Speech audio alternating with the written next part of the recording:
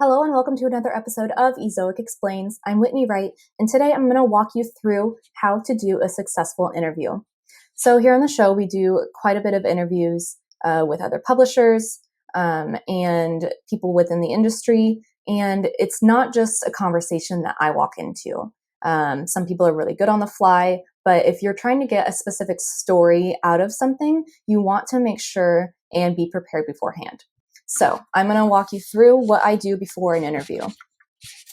First thing you have to do is you have to do research on whoever you're interviewing, whatever company they're working for, what you're going to talk about. I always make sure and do this sometime the night before. I like to give myself some time to process and think about the information for a little while before I jump into the interview. So give yourself time to research. And this might also help you decide what questions you're going to ask. Because that's the second point, is you need to decide what you want to ask. What story do you want the publisher to tell? You can be very guiding with your questions, or you can kind of just let it be an open conversation. You're kind of in charge when you're interviewing, and it's your job to steer the conversation in whatever way you need it to go. I recently did an interview with Robert Diamond of Broadway World about how he is keeping his website afloat during coronavirus. And so I didn't want to just ask him, how is your company doing during coronavirus? It's too broad. It's going to be hard for him to know what to really talk about. He'll probably start rambling. So that is generally what I want to know. And I want to know how his website's doing during coronavirus. And also I want him to talk more in depth about the things that they're doing. So what I do is I break down what I want him to talk about. So I may talk about how is he keeping his team together, and then I'll make questions based on how is he keeping finances up, and then questions on how is he staying sane and how is he keeping his team morale up, and what new ideas has he come up with during quarantine when we're not allowed to go out and see shows, and his entire website is about Broadway, and what they might be taking from this time now into the future. Next, I always leave room for general conversation and questions that may come up during. I don't stick just to a regimented list of questions while I'm in the interview. I always want to leave room for information that I might not have thought of myself that I wanted to know.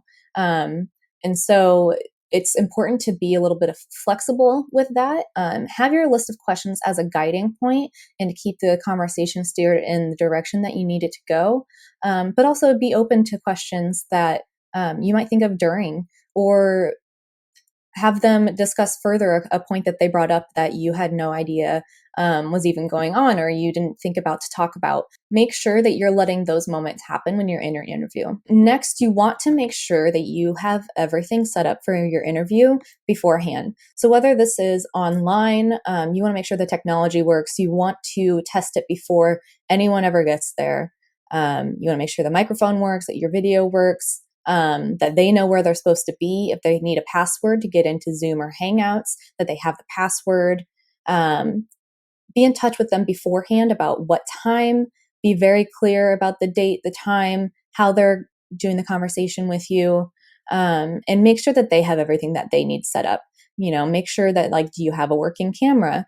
Do you have a microphone that's going to pick up sound really well? If you're just going to be they're going to do a FaceTime video, you need to know that beforehand so that you can better prepare for the production on the back end. If you're doing an in-person interview, it's a little bit different. You do want to make sure, obviously, that they still know where they're going and what time. Make sure you're emailing back and forth and be very precise about where to meet you, what time to be there, what date to be, and kind of how formal the interview is. People want to know if this is just more like a conversation between two friends, or more relaxed. They want to know how open they can be, or if this is going to be a more formal interview. This will help them set up for whatever they're going to wear, but then also the mindset they're going to come into this. You don't want them coming into it thinking it's a super formal interview and they've prepared beforehand quite a bit and they have, maybe some statistics and data, where you just kind of want to have a conversation.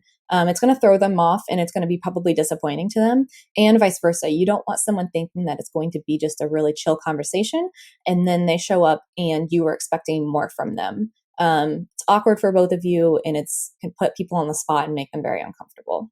Next, I always make sure that they feel comfortable. So I always open kind of warmly. I ask how they're doing. I ask, what they've been kind of up to lately or what they've been focusing on. Just general questions to get the conversation flowing. It doesn't have to be, you don't want to jump right into questions unless you're short on time. You want a kind of opener, and that'll help your listeners as well, honestly. It helps them get engaged and get everybody kind of settled in. It's not bad policy to have a notebook with you with the questions on there. I used to be a journalist, and I did this all the time. I had the questions in the notepad. I'd scribble notes underneath them. I'd always make sure and record as well, so I could go back and double check some things later. If someone's open to recording, just, even audio, if you're doing something in person, I would highly recommend that you do it.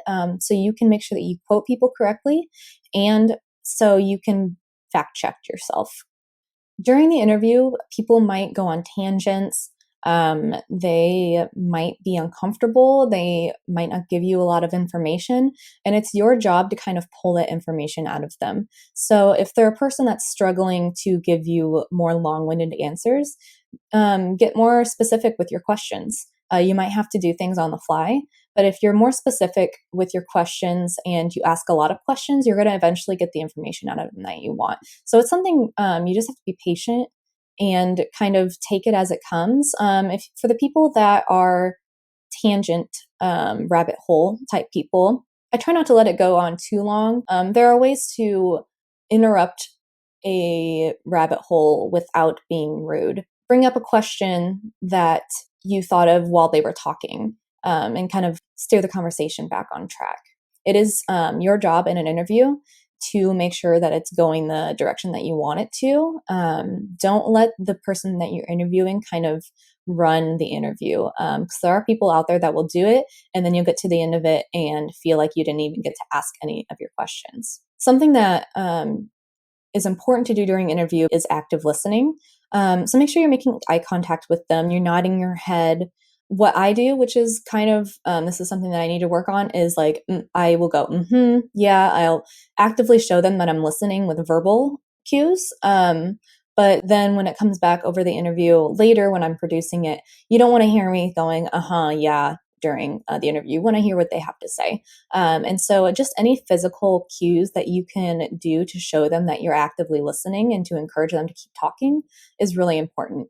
It's okay to have a sense of humor when you're doing this. Based on the interview, it's obviously going to be a little different, but people generally like a little bit of laughter, nothing too off guard, but it helps people loosen up, helps the crowd feel more comfortable, helps give a little bit personality to the conversation. So if you're able to, and you're comfortable with that, it's helpful to throw in a little bit of humor. At the end of the interview, I just want to make sure and thank them. Obviously, they've taken time to speak with you. They've taken time to maybe research something. So make sure and thank them for anything that they've done. And I always try to leave on a note of that we will talk again soon.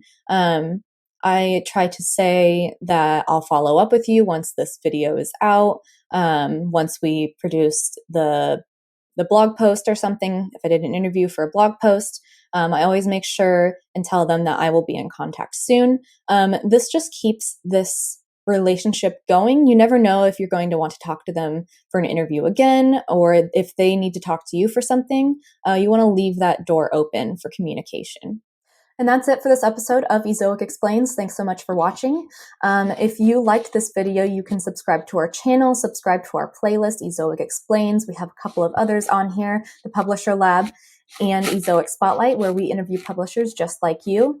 You can find us on Instagram, Twitter, YouTube, ezoic.com/blog. We're on LinkedIn, we're on Facebook.